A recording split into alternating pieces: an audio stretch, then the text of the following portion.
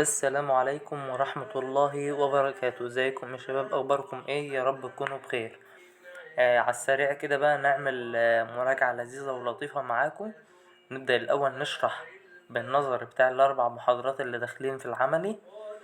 وبعدين نبدأ بعد ما نشرح نظري كل محاضرة نشرح بعد منه البروسيجر بتاعه من التشيك ليست بتاعته اللي موجودة في المذكرة معانا، وهنقوم واحد موقفين هنا الصفحة واقعد اعلم لكم على السلايدات واحنا بنقرأ منين من التشيك ليست اللي موجودة في الكتاب. نبدأ نعرف يعني ايه هي الكانال انسيرشن، او معنى الكلام نفتكر يعني ايه الكانيولا كنا بنعملها ازاي، بندخلها ازاي. اول حاجة جينا في التعريف بتاعها وقلنا الديفينيشن بتاعه، والمهم عندنا في التعريف نعرف ان هي فليكسبل ستيرايل بلاستيك تيوب. فليكسبل ان هي مرنة، وستيرايل وان هي كمان بلاستيك، انبوبة بلاستيكية.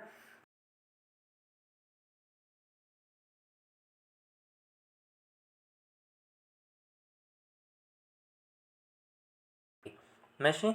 بندخلها فين؟ في البلاد فيزلز، اللي هو في الفين. دي شكل الكانيولا يا جماعة، وطبعا كلنا عارفين شكل الكانيولا عاملة ازاي، وعرفنا منها مقاسات من اول 14 لحد 24.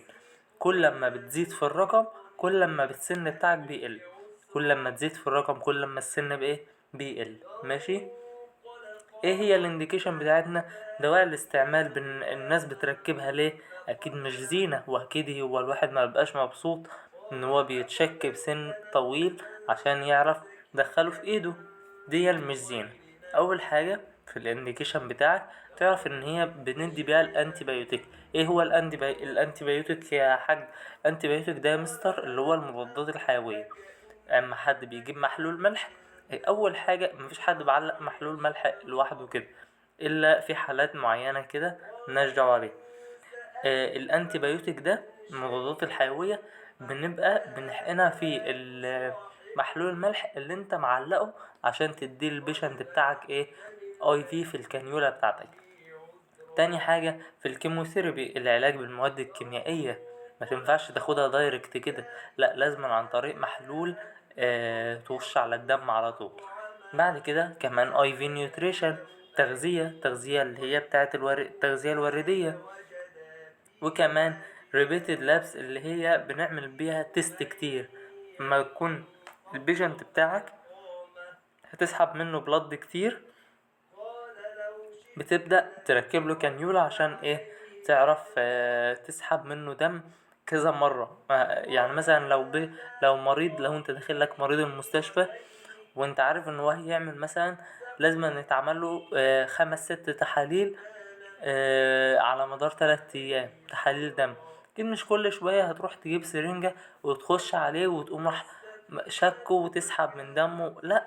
احنا بنركب كانيولا عشان يبقى هي المصدر الاساسي اللي انت هتاخد منه بلاد تيست. تمام يا شباب؟ تمام. ايه هي الانجل بتاعتنا؟ الزاوية بتاعتنا لو الفين بتاعك سمول وسوبرفيشال ده اللي هو ظاهر، هتلقاه ظاهر كده على سطح الجلد. ولو هو سمول صغير يبقى الزاوية بتاعتك من 15 ل25. طب لو الزاوية بتاعتك ديب، لو الفين بتاعك جوه اوي وغويط او لارج فين، يبقى الزاوية من 25 ل30. ماشي يا شباب؟ تمام. يبقى تاني الانجل بتاعتي من 15 ل30. لو الفين سوبرفيشال هقلل الزاوية يبقى من 15 ل25. طب لو هو ديب يبقى من 25 ل30. بعد كده لا احنا قلنا هنشرحه لوحده. والبريبريشن وده شكل البتاع اللي احنا، دي المكان اللي بيدخل فيه محلول الملح، اللي بيبقى متعلق فيه، اللي بيبقى فيه الانتيبيوتيك او الكيموثيرابي، وده اللي بتدخل فيه الكانيولا. طبعا احنا عارفين شكلها، اسمه جهاز نقل محاليل. طيب بريبير ذا كانيولا، كانال انسيرشن. ماشي احنا عايزين لسه فيه برضو سيبه احنا. طب ثانية واحدة. من ضمن النظري برضو يا شباب اللي على المحاضرة دي، ايه هي الكومبليكيشن بتاعتنا، المضاعفات. واحد ركب كانيولا والكانيولا بتاعته اتحركت، اول ما اتحركت حصل نزيف داخلي، يبقى هيعمل حاجة اسمها تجمع دموي اسمه هيماتوما. اسمه ايه؟ هيماتوما. وهيحصل تورمات سويلنج، ايده هتبقى ورمة. وبالذات كمان لو هو واخد مضاد حيوي عنده حساسية منه، هيحصل له سويلنج ويحصل له التهابات انفلاميشن في جسمه كله. تمام يا شباب؟ تمام.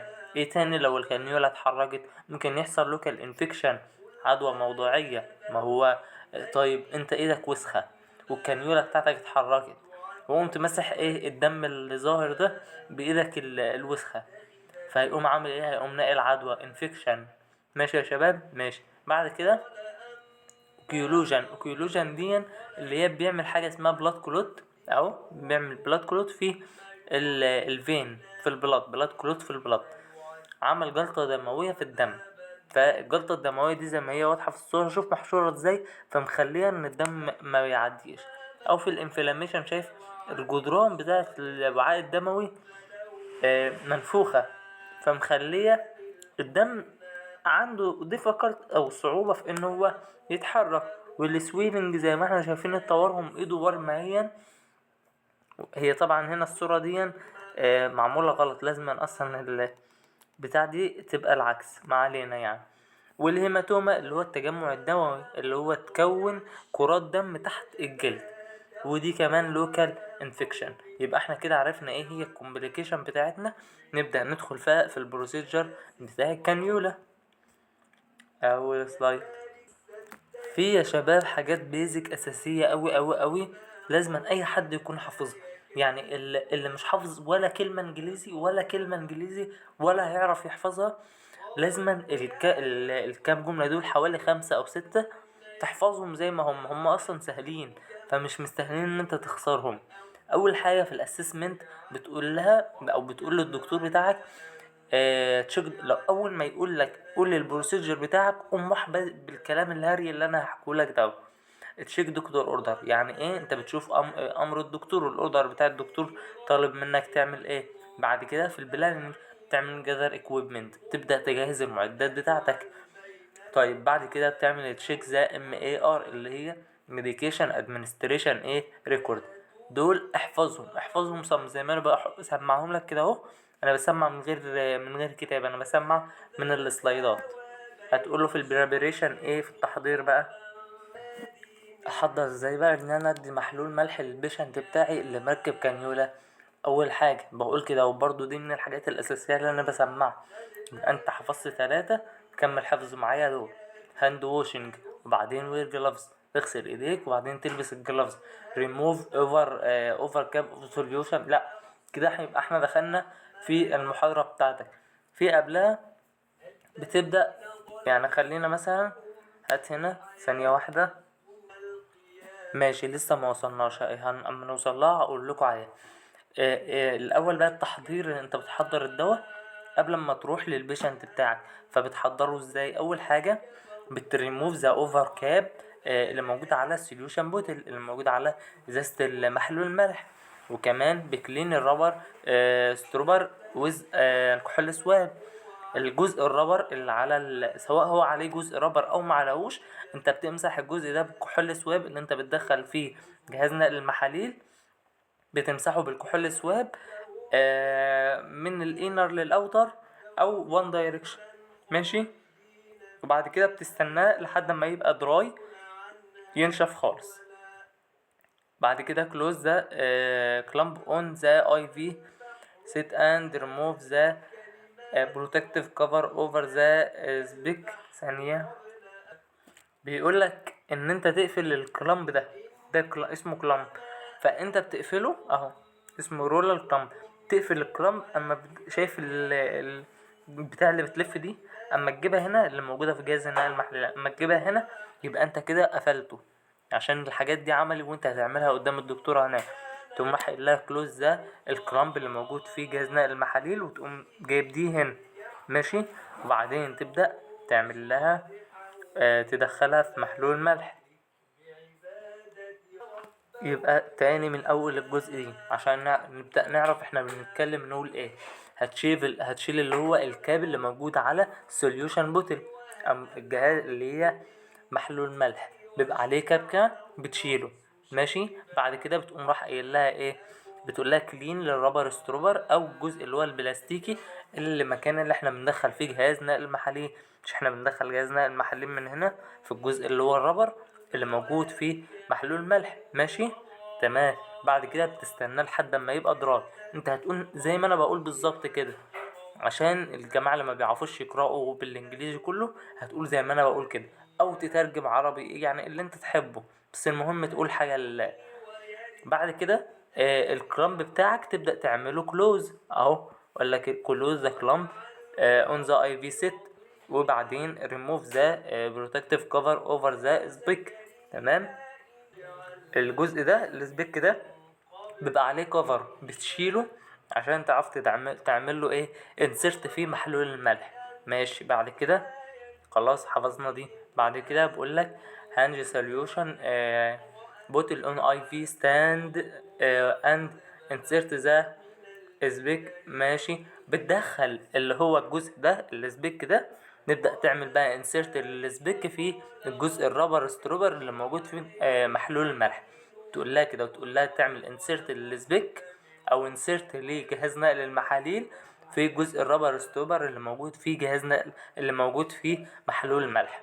بعد كده بتعمل فيل ذا دريب كامبر اند open the clamp to allow fluid to fill. ماشي معنى الكلام ده ان انت بتعمل ريموف للاير اللي موجود فيه جهاز نقل المحاليل بشكل عام في الجهاز نقل المحاليل كله، عشان تفضي الاير اللي موجودة فيه جهاز نقل المحاليل. وبتبدأ تضغط على الجزء ده الشامبر ده، تضغط عليه كده ضغطتين عشان يعمل تدفق سريع للسوليوشن محلول الملح. وتبدأ تفتح اللي هو الكلام، تفتحه لحد هنا وتفرغ الهواء كله من اللي هو الجزء الاسترايل ده اللي موجود في جهاز نقل المحاليل لحد ما ينزل من الفتحة تشوفه بعينك كده وهو نازل، وجهاز نقل المحاليل كلته سوليوشن كلته محلول ملح. ماشي يا شباب. محلول ملح طبعا مع الانتي بايوتيك اللي هو المضاد الحيوي. يبقى انت كده اتأكدت ان الاير بتاعك اتفضل من الجهاز نقل المحاليل. ماشي تمام كده يبقى مفيش حاجة ناقصة في التلات سلايدات طول. نبدأ نخش على بعده بريبير ذا كانال اوبن ذا كانال وينجز ان بريزنت اللي هو اهي الكانيولا. يقول لك انت طلعت خلاص الكانيولا من الكفر بتاعها. ماشي. من هو الجزء اللي هي كانت محفوظة فيه دي اسمها الوينجز، بتبقى مقفولة على بعضها. شايفين الخط ده بتبقى متنية هنا ودي متنية كده، فانت بتعمل اوبن ذا وينجز بتفتح الوينجز بتاعتها. بعدين بعد الاوبن ذا وينجز ايه، بقول لك slightly withdraw and replace the needle. بتبدأ النيدل بتاعت هو كده بيتكلم على طريقة ادخال الكانيولا في ايد البيشنت. slightly withdraw and replace the needle، تدخل النيدل بتاع الكانيولا في ايد البيشنت بزاوية زي ما احنا قلنا يعني من 15 ل30. لو الفين بتاعك سوبرفيشال تبدأ تعمل الزاوية من 15 ل25. لو الفين بتاعك ديب تعمل الزاوية من 25 ل30. وصلنا فين بقى؟ وصلنا فين؟ لا ارجع. ايوه كده خلاص عرفنا ازاي هندخل الكانيولا. بعد كده الكانيولا انسيرشن بقول لك انتروديوس. اول حاجه بقى بتقوم انت خلاص رايح تدخل الكانيولا او بتعمل البروسيجر بتاع الكانيولا. قبل ما تعمل البروسيجر بتاع الكانيولا بقى بتقوم قايل ايه، انتروديوس يور سيلف، بتعرف البيشنت بتاعك على نفسك. الكلام ده كله في الهري في الفاضي بس ما علينا. بتعرف البيشنت بتاعك introduce yourself بتعرفه بنفسك. وبعدين identify patient تتعرف على البيشنت بتاعك عشان تتأكد ان ده البيشنت اللي انت رايح، ما انتش رايح تدي العلاج لحد غلط. وعلى حسب برضو امر الدكتور، يقولك مثلا روح ادي لعم محمد، تروح لعم محمد تشوف الاسوره اللي على ايديه، لو اسمه عم محمد تقوم راح خلاص دي اللي هتركب له كانيولا، مش هو يبقى اكيد مش هتركب له كانيولا. example procedure to patient to the patient. بتعرف البيشنت بتاعك البروسيجر الإجراء اللي أنت هتعمله. maintain privacy to patient. بتحافظ على الخصوصية بتاع البيشنت بتاعك لو هو واحدة ست مثلا وعايزة تلف الستاير بتاعتها هكذا يعني. وكمان بتعمل هاند ووشنج وترجع تلبس جلافز تاني. واسس طبعا الجلافز اللي احنا بنعمل بيه البريبريشن بتاع الادمنستريشن العلاج ما بندخلوش معانا خالص، بنرميه قبل ما تدخل للبيشنت. لما تخش للبيشنت وتيجي تعمل بقى تركب الكانيولا او تركب له المحلول، تبدأ تعمل هاند ووشنج وتلبس جلافز جديد. assist patient to be in comfortable position. الوضعية المريحة بالنسبة للبيشنت وبالنسبة ليك، مش وضعية معينة، مفيش سين فورورز ولا في اي حاجة من دي. الوضعية اللي تريحك انت قعد البيشنت عليها، او الوضعية اللي تريح البيشنت. بعد كده نكمل في الكانال انسيرشن. بيقول لك انسبكت اكستريمتي فور بيست سايت. تشوف بقى السايت اللي انت هتعمل فيه انجكشن، شوف لو هو عليه انفلاميشن، لو هو عليه اسكار قرحة اللي هو ندبة، لو هو مثلا في ألسر قرحة، لو في اي حاجة تبدأ تعمل حسابك. يبقى قلنا هنشوف ايه، هنشوف السايت بتاعنا قبل ما ندخل الكانيولا. قبل ما ندخل الكانيولا في ايد البيشنت تبدأ تشوف السايت بتاعك لو هو عليه انفلاميشن، لو هو اللي هي التهابات، لو في مثلا سويلنج تورمات، لو في ريدنس احمرار، لو في عنده اصلا هو عنده irritation من الدواء اصلا ما نركبش الكانيولا ولا تديله محلول ملح ولا اي حاجه من دي. ترجع للدكتور عشان ايه؟ تشوف له محلول ملح، تشوف له انتي بايوتيك تاني. ايه تاني؟ لو هو عنده مثلا ندبة في ايده ما ندلوش في الصيد ده، نشوف صيد تاني. المهم الصيد بتاعك يكون معلهوش اي حاجة. بعدين تبدأ تعمل سيلكت الفين. يا جماعة دي نقطة مهمة قوي، وكمان ممكن تتسأل فيها في النظر. بتعمل سيلكت الفين ازاي بتاع البيشنت؟ ان هو يكون بالبيبل، يكون بياخد ويدي معاك كده، تحط ايدك عليه يبقى بياخد ويدي، وفيزابل مرئي، وكمان سترايد اللي هو مستقيم، ما يكونش معوج ولا اي حاجه من دي. قبل ابلاي تورنيكي فوق السيد بتاعك من 6 ل 8 انش، تمام، اللي هي من 5 ل 10 سنتي تقريبا.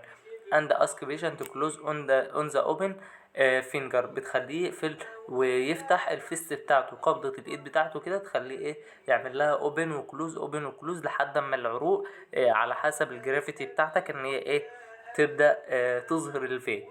ماشي يا شباب؟ نراجع حاجة ولا لأ؟ طب ناخد دي كمان وبعدين نراجع مراجعة سريعة عليهم. كلين السايد بالانتي سواب اللي هو كحول انتي سواب، اللي هي يا جماعة الكحول سواب مفيش. ما علينا. بتنضف السايت بتاعك بالكحول سواب. عشان انت لقيت السايت وركبت التورنيكيه ومسحت وخليته يعمل اوبن وكلوز للفينجر او للفيست بتاعته، تبدأ تمسح السايت اللي انت حددته بالكحول سواب. واحنا عارفين المسح ازاي، يا اما وان دايركشن اتجاه واحد، او سيركرال موشن اللي هو من الانر للاوتر، من جوه لبره. ماشي؟ نراجع تاني الكام سلايد دول. ده احنا سمعناه ولا لأ؟ تقريبا. ماشي. open the canal wings. دي خلاص احنا بنعمل تحضير الكانيولا ازاي، بنفتحها بنطلعها خلاص من الجزء اللي هي محافظة على التعقيم الاسترايل بتاعها. نبدأ نفتح الكانال وينجز اللي هي الفراشات زي ما احنا بنقول بتاعة الكانيولا. بعدين ريبليس ذا نيدل. بتبدأ تشيل الكفر اللي موجود على النيدل. ماشي؟ بعد كده تخش على البيشنت. introduce yourself للبيشنت و identify patient. بتعرفه نفسك وبتتعرف عليه. example procedure. بتعرفه الإجراء اللي انت هتعمله. maintain privacy. بتحافظ على الخصوصية بتاعة البيشنت. وكمان ترجع تعمل هاند ووشنج وتلبس جلافز. بعدها تعمل assess patient الكومفورتابل بوزيشن المريح ليه. بعد كده تبدأ تشوف السايت بتاعة الانجكشن بتاعك. ماشي؟ بتدور على افضل سايت انت ممكن تعمل فيه الانجكشن بتاع الكانيولا. فتبدأ تسلكت الفين، تدور على الفين مناسب. الفين بيبقى مناسب امتى يا جماعة؟ اما الفين بتاعك يكون بالبيبل او فيزابل او سترايل. يعني ايه التلاتة دول؟ بالبيبل اللي هو بياخد ويدي معاك. ليه يا مستر عمار هو في فين ممكن يكون ما بياخدش ويدي معاه؟ يا جماعة، الشعيرات الدموية بتبقى واضحة برضو في الايد بتاعتك، بس المشكلة بتاعتها ان يبقى فيها دم اقل من اللي موجود في الفين الرئيسي. فانت تيجي تعمل عليها كده بالبيبل، تعمل لها تجس النبض اللي فيها كده، تلاقيها ضعيفة مش بتاخد وتدي معاك. اما في الاوردة الرئيسية اللي عندك، تيجي تضغط عليها تلاقيها بتزقك تاني، تضغط عليها تزقك تاني. ليه؟ مش هقصد ان هي تزقك ان في مقاومة في ريزيستنس يعني، لا، هي بترجع لوحدها. ماشي. وفيزابل اللي هو يكون مرئي، شايفه بعينك. وسترايل اللي هو يكون مستقيم مش معوج. ابلاي تورنيكي الاباف، التورنيكي ده اللي هي البتاع اللي احنا بنربط بيها، سواء بقى تورنيكي سواء جلافز، بس احنا بنسميه تورنيكي. بيبقى فوق السايد من 6 ل 8 انش، اللي هي من 5 ل 10 سنتي. وتخلي البيشنت يعمل كلوز للفينجر بتاعه من اوبن وكلوز، اوبن وكلوز للفيست بتاعته، وبعدين كلين للسايد بالكحول الاسود. بعد كده معانا 3 نصايح مهمة جدا جدا جدا. أول نصيحة هي، ودي تاني نصيحة، ودي تالت نصيحة. ممكن الدكتورة تسألك فيهم، وممكن انت تسمعهم كما تشاء في البروسيجر بتاعك كزيادة للدرجات، لكن هم في التشيك ليست انا بصيت عليهم مش موجودين في التشيك ليست اللي موجود في الكتاب. طيب، برنسبلس اوف فين، ايه هي مبادئ الاختيار بتاع الفين؟ ان هو يكون سترايت ديستال تو بروكسيمال. ماشي. هو بيقول لك ان انت بتبدأ من الديستال القريب من الكفة، مش القريب من قلب البيشنت، لا، القريب من الكفة. تبدأ من الديستال ل بروكسيمال. يعني مثلا انت اخترت فين قريب من الكفة، وجيت تدخل الكانيولا بتسحب الجزء الاستريل عشان تشوف فيه دم ولا مفيش، لقيتك دخلت غلط، فتقوم ساحب الكانيولا خالص. هل بقى اما تيجي تركب كانيولا تاني هتركبها تحت السايت اللي انت كنت حاطط فيه؟ لا، بتركبها فوق السايت اللي انت كنت حاطط فيه. تشوف سايت تاني فوق منه، حتى لو على نفس الوريد. لو على نفس الوريد قشطة، ماشي، فوق منه اوكي تمام. بقولك بتدي الاولوية للنون دومينانت هاند، للايد اللي انت ما بتستخدمهاش، ان هي بتتحكم في الاكشن بتاع البيشنت. عشان البيشنت يا جماعة، الجماعة المحترفين اللي بيجي يركبوا كانيولا، عشان البيشنت ما يحسش بالألم، تبدأ تعمل تشد الجلد بتاعه. بنسميه ان هو بتفرده، بتشد الجلد شوية عشان لما تيجي تعمل انسيرت يقطع اقل جزء من الانسجة اللي هي بتاعت الجلد. طيب لو انت ما شدتش الجلد، ايه اللي هيحصل؟ ممكن حاجة من اتنين، يا اما الفين هيهرب منك، يا اما انت هتألم البيشنت. ما هما دول مفيش حالة تالتة فيهم. هتخش بعد كده بقولك بتتجنب الجوينت، المفاصل، عشان ما يحصلش جلطات ولا حاجة من دي. ماشي. اكيد يعني مش هروح اديهاله في الكوع، مش هروح ادور على سايت في الكوع واركب فيه كانيولا، ومش هروح ادور على سايت في اللي هو المفصل بتاع كف الايد ده واركب له فيها كانيولا. فبنبعد عن الاماكن اللي زي دي. بقولك بتعمل اسيسنج للفين، البالبيشن بتاعتك. بتعرف ازاي البالبيشن؟ فيل، بتشعر، دونت جاست لوك، مش بتبص بعينك، مش تبص بعينك كده وتقول لا ده فين 100 ده منفوخ قدامي اهو انا هختار.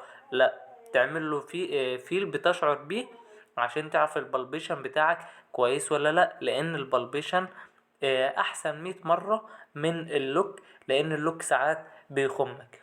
وسوفت والاستيك، وكمان ريباوند ويز ديبريست. ماشي. يعني ايه؟ اما تيجي تعمل عليه ديبريست، اللي هو زي البريشر كده، اما تيجي تضغط عليه تلقاه ان هو بيرتد معاك، يعني بتحس بيه، اللي هو الفيلينج، معنى اصلا الجملة اللي قبلها. طيب، استرايد لازما يستوعب الطول الكامل للكانيولا. ما تختارش فين وانت تيجي تدخل السن بتاعك اللي هو النيدل، يقوم الفين طالع من الجهة التانية. الكلام اللي انا بقوله ده هتقوله عادي، لو انت عايز تقوله عربي او تقوله انجليزي قوله، هو كده كده مش مكتوب في التشيك ليست اللي في الكتاب. طيب ايه تاني؟ فيزابل فول افتر تورنيكي. ماشي يا جماعة. بعد كده بقول لك نصايح ان انت للديفيكالت بين الاوردة الصعبة عشان تخلي الوريد بتاعك يبان. تعمل ابلاي هيت، بتطبق الحرارة، سواء انت بتحك في ايد البيشنت على مكان الفين او جايب كمادات مية سخنة من 5 ل10 دقايق، فتبدأ يظهر الفين، او تخليه ان الهارت بتاعه، الارب بتاعه بلو هارت ليفل، تحت مستوى القلب، فتبدأ بالجرافيتي اللي هي الجاذبية ينزل الدم في الفين. طيب اسك ذا بيشنت اوبن، بتخلي البيشنت يقفل ويفتح الفيست بتاعته اللي هي قبضة الايه. ماشي يا شباب، سيبك دول التلات سلايدات اللي فاتت دول مش موجودين في الكتاب. لو انت عايز تحفظهم ماشي، مش عايز تحفظهم اقلب من عليهم. ماشي. بعد كده ايه هي القنال انسيرشن؟ بندخل القنال ازاي بقى، كانيولا ازاي؟ تشيل النيدل خلاص، بتريموف الكفر اللي على النيدل، وتبدأ تدخل النيدل لحد ما تظبط. خلاص دخلناه بالنون دومينانت هاند، بتبدأ بتكون انت عامل ساحب الجلد بتاعك. ماشي. زي ما احنا شباب بنعمل ريموف للنيدل، بتشيل النيدل من البروتكتور بتاعه اللي هو الوجه بتاعه، او بنقول ريموف ذا الكفر اوف ذا نيدل، بتشيل الكفر اللي موجود على النيدل اللي موجود في الكانيولا. ماشي. بعد كده بتبدأ، مش احنا فين؟ بعد كده بتبدأ جنتلي بتعمل معنى الكلام، معنى السطر ده ان انت بتعمل استريتش للبيشنت، بتعمل استريتش للسكن بتاع البيشنت، عشان ده بالنون دومينانت هاند. يعني انت ماسك اهو البتاع اللي هي جايبها عشان تجرب عليها، تعمل بروسيجر عليها، تقول لها نعمل استريتش ذا سكين، بعدين نعمل انسيرت ذا انسيرت ذا كانيولا بواسطة النيدل من 15 ل 30 ديجري. طيب هتحددها على اساس ايه؟ يبقى من 15 ل 25 لو الفين بتاعي سوبرفيشال ظاهر، ومن 25 ل 30 لو الفين بتاعي ديب. ماشي. بعد كده بقول لك once blood apparent lump of needle lowered، اللي هو بيقول لك ايه، ان انت اول ما تدخل النيدل بتاع الكانيولا في الفين، اول ما يبدا يظهر معاك في النيدل بلد في النيدل دي، راح نازل بالزاويه بقى الانجل بتاعتك، او لور ذا انجل، تنزل بالزاويه بتاعتك لحد ما الانتل موست تخلي اسمها الكانيولا تكون موازية للسكن. ماشي. بعد كده بقولك بتبدأ تسحب جزء من النيدل، تمام، عشان تتأكد انشور النيدل ان ذا والبلاستيك تيوب ان هو في قلب الفين. بتسحب جزء من الجزء النيدل اللي هو الجزء الصلب، اللي هو الجزء الحاد اللي موجود في الكانيولا، تسحب حتة كده منه، واول ما يظهر فيه دم كده بيرجع ورا النيدل، تبدأ زي ما بنقول بتدكك بقية الكانيولا في الفين، لان هي جزء بلاستيكي رابر. ماشي. بقولك كيرفولي بالراحة، يعني كانال into the vein ask you. ماشي. خلاص انت دخلت الكانيولا في قلب الفين، تبدأ بقى ريموف ذا تورنيكي. ساعة ما يظهر معاك فلاش باك في النيدل، تقوم راح حاطط الصابع بتاعك اللي هو الابهام بالنون دومينانت هاند على الفين من فوق اللي انت دخلت فيه النيدل. الكلام ده بعد ما انت عملت سحبت الجزء النيدل خالص فوق الكانيولا. بقى الفين اللي انت دخلت فيه الكانيولا، تقوم حاطط بالنون دومينانت هاند الايد اللي انت مش بتستخدمها، تحط صبعك على الفين، فكده ان انت سديت البلد يعني، وتقوم فاكك التورنيكيه اللي انت العاصبة او البتاع اللي انت كنت حاططها فوق منه، سواء بقى تورنيكيه او سواء جلافز. بعد كده اهو but pressure of the vein proximal to catheter and ماشي تمام، عشان البلد ما يطلعش من الكاسيتر. ماشي. بعد كده بيقولك تجيب الهب اللي هو الجزء اللي انت بتقفل بيه الكانيولا من الجزء النيدل، وتقوم قافل الكانيولا بتاعتك. خلاص انت حطيت الهب على الكانيولا، تبدأ بقى تجيب صلاين 5 سنتي، وتقوم ايه عامل انجكشن في الكانيولا عشان تتأكد ان هي ايه شغالة. ماشي. لو هي عملت سويلنج او اتورمت او عملت بين للبيشنت، تبدأ تشيل الكانيولا، يبقى انت دخلت في الصيد غلط. طب لو هي عادي سلكت كده والبيشنت ما قالش اي حاجة، يبقى انت دخلت في الصيد صح. بعد كده بقول لك احنا كنا فين. ماشي خلاص حققنا 5 سنت صلاين. بعد كده بقى بنجيب اللي هي اللزق يا جماعة، بنجيب شريط لاصق ونبدأ نلزقه على ايد البيشنت على الكانيولا زي ما هو واضح كده، وتكتب اسمه والكود بتاع المستشفى والتاريخ بتاع التركيب، وتكتب اسم الممرض كمان اللي عمله. ماشي. ماشي زي دي كده كمان. بعدين بتعمل الفلاشنج ده اللي هو ان احنا بنحقن 5 سنتي صلاين. ماشي. attach the IV set to the hub of plastic canal, open the clamp on the. ماشي. بعد كده خلاص خلصنا تركيب الكانيولا، نبدأ بقى نوصل المحلول. تجيب بقى التيوبة بتاعت جهازنا المحاليل اللي انا وريتها لكم، وتبدأ تدخلها تشيل من عليها الجزء الكفر الاول، وبعدين تدخلها في الكانيولا. بتدخلها في الكانيولا ازاي؟ عن طريق ان انت هات كانيولا كده اهو. الكانيولا احنا عارفين ان في جزء هنا بس مش عارف هو مش واضح ليه هنا، ودي بتقوم فاكك دي، بترفع دي وتجيب الهب اللي بيبقى هنا اللي هي الغطا اللي بيبقى موجود هنا، وتقوم حاطه هنا، وتجيب جهازنا المحاليل وتوصله في الجزء اللي المفروض هنا اللي هو مش واضح في الرسم. ماشي. بس كده. دي اهو بتكتب الديت والتايم والبيشنت. ماشي. والبروسيجر خلاص. بتتغير من 72 من 3 ايام ل4 ايام. بتغير على اسمها الكانيولا. ولو هو البيشنت صعب ان انت توصلها له، بلاش يعني ما تفكهاش، تعمل بس تعمل كلين للسايت وللمكان حوالين الكانيولا، وتغير اللزق كل فترة، وتكتب عليه كل اما تيجي تغير بقى اللزق اللي انت حاطه على الكانيولا، بتكتب عليه تاريخ التركيب، وتكتب عليه تاريخ التغيير، التركيب وايه والتغيير. ماشي. خلاص قلنا الكومون كومبليكيشن. والله يعني حاجة لذيذة جدا، محاضرة تاخد مننا نص ساعة، والله يعني بيرفكت بيرفكت بيرفكت. دي وقت قياسي ان انت تاخد محاضرة اللي انت بتاخدها في المعهد في ساعتين، في نص ساعة هنا، يعني حاجة بيرفكت. كده احنا خلصنا التشيك ليست، وخدنا كمان اللي هو الكلام النظري اللي ممكن تتسأل فيه. ناخد المحاضرة اللي بعد كده. عليه الصلاة والسلام. هنبدأ يا جماعة بقى ناخد ايه هو الانتيريور بلاد جيز اللي هو الاي بي جي. دي تاني محاضرة، والمحاضرتين التانيين هعملهم في فيديو برضو لوحدهم عشان ايه الوقت، بس ما تتخضش انت من وقت المحاضرة فتكسل ان انت تسمعها. والله كلام لذيذ والله، وانا التعامل معاكم جميل كمان. نبدأ بقى ناخد ايه هو الانتيريور بلاد جيز.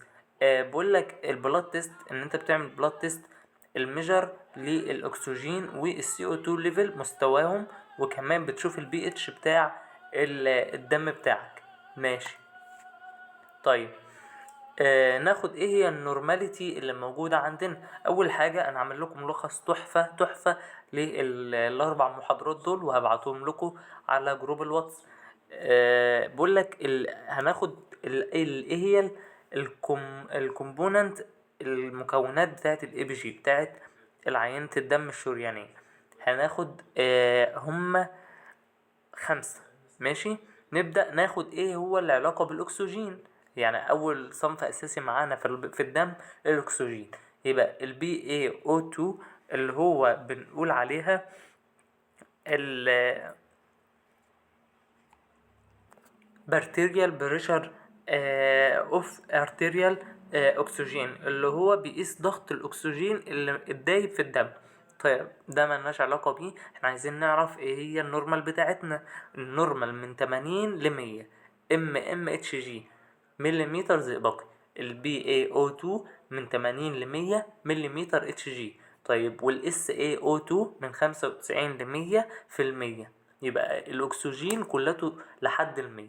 طيب عشان نبقى واثقين في إجابتنا وما ننساش الأرقام، أنا عامل لكم الملخص عشان الأرقام ما تتنساش. من 80 ل100 ومن 95 ل100، مفيش أقل من كده، مفيش أقل من 80. طيب بالنسبة للCO2 من 35 ل45 مليمتر HG اللي هو مليمتر زئبقي. طيب في كمان حاجتين مش موجودين، ايه هما يا عم؟ بيقولك الPH بتاعك من 7.35 ل7.45. شفت انا مقرب الارقام ازاي؟ هتلقاني في الملف اللي انا هنزلهم لكم على الواتس بعد ما انزل الفيديو. هتلاقيني عامل لك الBaO2 من 80 ل100 والSaO2 من 95 ل100%. بعدها الBaCO2 من 35 ل45. بعدها الPH من 7.35 ل7.45 عشان الأرقام تثبت في دماغك، تبقى تتخيلها كده، تعمل فلاش باك في دماغك، تقوم راح تفتكر أول ما تقولك ايه هي الكومبوننت بتاعة الABG تقوم راصصهم لها على طول. بعد كده ايه هو البايوكار اللي هو HCO3 السيرم بتاع البايوكربونات من 22 ل26. ده الرقم الشاذ الوحيد عندنا في المحاضرة كلها. نبدأ بعد كده. دي يعني الصورة دي عبارة عن ان في انفلاميشن يعني، وفي قرح على الايد ما اقدرش اعمل من عليها السايت ده. طيب ايه هي الانديكيشن؟ دواعي الاستعمال للABG اللي هو عنده respiratory failure، عنده فشل في الجهاز التنفسي. اهو واضح ان في respiratory failure ولا لا؟ واضح طبعا. طيب severe illness، عنده امراض خطيرة. امراض خطيرة زي ايه؟ زي مثلا غيبوبة السكر، بيطمنوا بيها على التوازن الكيميائي بتاع الجسم. طيب اول حاجة اصلا عشان نعرف ايه هو الفيلير عندنا، اصلا في كاردياك فيلير اهو، كاردياك فيلير وليفر فيلير ونيلر ورينال فيلير. يبقى 4 فشل في الاجهزة، يا اما ريسبيراتوري او كاردياك او ليفر او رينال. ده جهاز تناسلي اللي هو جهاز بولي، وده الكبد، وده القلب اللي هو القلب والاوعية الدموية، والريسبيراتوري فيلير جهاز التنفسي. طيب بعد كده بيقولك ان هو لو في حروق، لو في بيرنز، او في كمان توكسينز اللي هو عنده تسممات. بس يعني دول اللي انت حفظهم، سيبك من الباقي. ماشي. ايه هي الموانع بقى؟ احنا خلاص خدنا الانديكيشن، يبقى هناخد الكونترا انديكيشن. الموانع يا اما في لوكال انفكشن او ديسترويد اناتومي. يعني ايه ديسترويد اناتومي؟ اناتوميا في حاجه غلط. يا اما ايه هي الحاجه الغلط؟ هو عامل حاجه اسمها جرافيتس اللي هي ترقيع. عمليه الترقيع دي ترقيع، مش ضروري تفهمها، عمليه ترقيع وخلاص. يبقى ديسترويد ايه؟ اناتومي. او كمان عنده malformation. يعني ايه malformation؟ اللي هو عنده تشوهات خلقية، مثلا ايده معوقة، معرفش ايه، ده ما بنسحبش منه من السايت اللي احنا متعودين عليه عينة دم شريانية. طيب ايه تاني؟ لو هو كمان عنده وصلة شريانية، عامل فيستيولا. لو عامل AV فيستيولا، دي وصلة شريانية وريدية، ما بسحبش منه عينة الABG. يبقى 5 حالات: في انفكشن، في عدوى موضوعية، في ديسترويد اناتومي، في مالفورميشن تشوهات خلقية، في بيرنس حروق، في فيستيولا اللي هي وصلة شريانية وردية. بعد كده او ده مثلا انفلاميشن، ما باخدش منه عينة دم شريانية. طيب وده برضو ما باخدش منه عينة دم شريانية. ولو عنده ده من دواعي الاستعمال بقى، لو عنده ريسبيراتوري فيلير او كاردياك فيلير او رينال فيلير او كدني فيلير. ماشي. بعد كده قصدي ليفر فيلير. ماشي. طيب ايه هي الكومبليكيشن والبريفنتيشن بتاعتنا؟ المضاعفات وطريقة الوقاية من المضاعفات عشان ما يجيليش الحاجات دي. اول حاجه معانا من المضاعفات ان هو يجيله هيماتوما. مش احنا بنحط السيرنج في ايد البيشنت بزاويه 90؟ طيب انت ايش دراك ما ممكن يتراكم دم جوه ايد البيشنت؟ عشان تعمل وقاية من حاجة زي دي، ان انت تضغط جامد على ايد البيشنت لفترة طويلة لحد ما يعمل البلاتلتس، تعمل تجمعات دموية في الفين من جوه، في الارتيريال قصدي، من جوه في الشريان من جوه، لحد ما تقفله ما يطلعش دم. طيب ايه تاني؟ اهو بقول لك البريفنتيشن بتاعك ان انت تضغط ضغط مناسب يعني. طيب الانفكشن، تتبع الاسيبتك تكنيك، تغسل هاند ووشنج، تلبس جلافز، ما تمسحش الا بكحول سواب او بدراي كوتون ومحطوط عليه كحول كده يعني. وكمان النيرف دامج او تندو دامج، اللي هو التلف بتاع الاعصاب او بتاع الاوتار، لازما تتخذ الوضعيه الصحيحه بتاع البيشنت. يعني البيشنت ما تاخدش العينه وايده مايله كده، او ايده واقعه خالص، او هو مش متحكم في ايده. لازما تبدا تختار الوضعيه الصحيحه، سيلكت للبوزيشن بتاعه يكون صحيح، ماشي؟ ما تختارش وضعيه غلط عشان ما يحصلش دامج في النيرف. ماشي تمام. دي الاكويبمنت بتاعتي. طيب هي البروسيجر للاسف معرفتش اكتبه لكم هنا، فنبدا نشرحه كده من السلايدات بتاعتنا من الكتاب. هقول لكم الصفحه اهو، صفحه 74 و75 اللي موجوده في الكتاب. تابعوا معايا عشان اشرح لكم. ماشي يا شباب، هي صفحة 82 و83 معلش. نبدأ نشرح بقى البروسيجر بتاعنا. البروسيجر ده سهل خالص، اسهل بروسيجر ان شاء الله. بقولك تشيك دكتور اوردر، برضو بتشوف الاوامر بتاع الدكتور بتاعتك. بعدها بتعمل البلاننج بتاعتك، جزر اكويبمنت، وكمان بتعمل تشيك MAR اللي هي ميديكيشن ادمنستريشن ريكورد. في الامبلمنتيشن بقى بتبدأ تعمل هاند ووشنج، وبعدين بتعرف البيشنت نفسك، وبعدين تتعرف على البيشنت اللي هو introduce yourself و identify patient. وبعدها explain procedure، بتعرفه البروسيجر بتاعه هيبقى عبارة عن ايه، الإجراء الطبي اللي انت هتعمله يعني. بعدها maintain privacy، بتحافظ على الخصوصية بتاعته. وكمان comfortable position، الوضعية المريحة بالنسبة ليك وليه، لكن مش حاجة يعني أساسية. زي مثلا في السكشن كنا بنعمل سيم فولورز وهكذا يعني. طيب بعد كده بتلبس بتعمل هاند ووشنج، وتلبس استرايل جلافز. استرايل جلافز غير الجلافز العادي. الجلافز العادي ده مش استرايل، اما الاسترايل ده بيجي معقم، وبيجي بقى نظام تاني خالص، بيجي بقى في ورق كده، ويبقى الورق ده استرايل، وبيبقى في كيسة ومعرفش ايه وحاجات، يعني حاجات نظيفة كده. استرايل يعني معقم. بعدها البلبيت ده الراديال او البريكيال او الفيمورال ارتري. احنا بنسحب الدم من 3 اماكن، يا اما راديال او بريكيال او او فيمورال. طيب خلينا في الراديال. هنيجي هنا على الايد وبنعمل حاجه اسمها الانس تيست. الانس تيست دي يا جماعه، بتمسك ايد البيشنت وتضغط عليها. بتعمل اول حاجه في الالانس تيست بتعمل بالبيت. ليه؟ بتشوف الاول الالنر، النبض بتاع الالنر والنبض بتاع الراديال. لو حسيت بده وحسيت بده، تقوم جايب ايديك وتقفل عليهم هما الاتنين، بحيث ان هو معنى اللي انت بتعمله ده انت بتقفل الدم عن الايد ان هو يوصل لها دم. فتبدا الايد يعمل لها تقول للبيشنت اعمل اوبن وكلوز، اوبن وكلوز للفيست بتاعته اللي هي قبضة الايد. فتلقى الايد بتاعته لونها اتغيرت بقى، ديسكالاريشن. يعني ايه ديسكالاريشن؟ حصل لها تغير في اللون. انا بشرح ماشي، مش بقرأ من البروسيجر دلوقتي، هرجع لكم تاني للبروسيجر. فحصل لها ديسكالاريشن. الديسكالاريشن دي بيبقى لونها اصفر مبيض شويه، غير اللون النورمال. اللون النورمال بيبقى لونه زي احمر وردي كده، او يعني على حسب ايد كل واحده، ايد كل واحد لونها عامله ازاي. طيب بعد كده خلاص عرفت ان انت عملت الالن تيست، وعرفت ان كده انت ماسك الراديال والالنر والراديال مظبوط.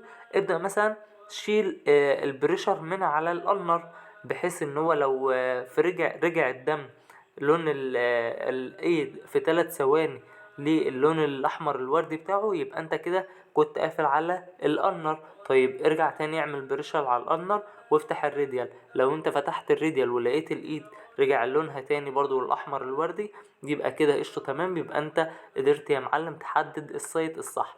ترجع بقى للراديال بتاعك ونرجع تاني للسايت لل... للمذكره عندنا هنا التشيك ليست. بقول لك ايه بقى؟ بريبير ذا سيرنج، لا لسه في فوقها. طيب راديال سايد، خلاص انت اتاكد ان انت في الراديال سايد. بليز سمول تاول، بتحط منشفه كده او مناديل بيبر تاول تحت ايه الريست بتاع البيشنت، او تحت مكان الراديال اللي احنا حددناه. خلاص حددناه. نبدأ نحضر السيرنج بتاعتنا. تجيب بريبير ذا سيرنج، تحضير السيرنج بتاعك. بتجيب هيبارين، امبول هيبارين وتفتحه. فتحت امبول هيبارين، اسحبه فيه السيرنج بتاعتك. سحبته في السيرنج، فضيه تاني في قلب الامبول. طيب انا فضيته ليه تاني؟ مش المفروض اسيب منه شويه؟ لا، ما بنسيبش منه شويه ولا بنسيب منه شويتين.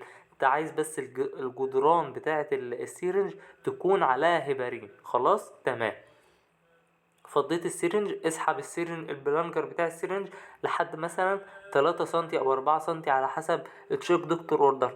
تشيك دكتور اوردر دي زي ما احنا بنقول على حسب طلب الدكتور. هو عايز 3 سنتي، 4 سنتي، 5 سنتي. فبتسحب البلانجر اللي هو المكبس بتاع الحقنة لحد 5 سنتي اللي هو بتسيبها فاضي.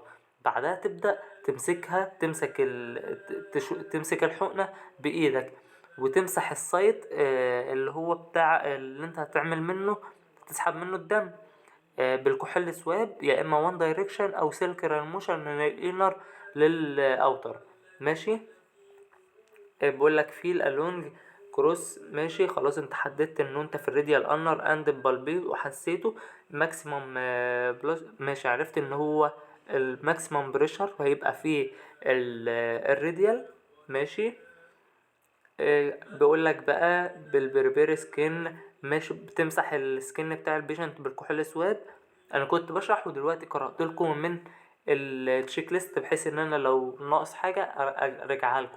طيب حضرنا الجلد بتاع البيشنت ومسحناه بالكحول الاسود، وانت في ايدك كده الحقنه تبدأ من زاوية من 45 ل 90 وتبدأ تدخل النيدل. ساعة ما النيدل هيخش في الارتري، في الشريان، هتلقى الدم بيتضخ لوحده في قلب السيرنج من غير ما انت تشد ولا تضغط ولا اي حاجة. هتلقى الدم دخل في السيرنج لوحده. ماشي يا شباب؟ تمام. ليه بقى؟ اللي عايز يبقى عنده معلومة، لان الضغط في الشريان اعلى من الوريد. فانت اول ما السن بيدخل في الشريان يلقى الشريان يقعد يعمل ضغط جامد في السيرنج، في السن، بحيث ان الدم ايه، يغير مساره ليه او مش يغير مساره، يتدفق للسيرنج. تمام، تدفق للسيرنج. اول بقى خلاص بقول لك ايه بقى؟ once the artery pressure will by هو الدم بقى هيعمل flow blood in syringe. flow blood in syringe اللي هو السرنجة هتتملى بالدم.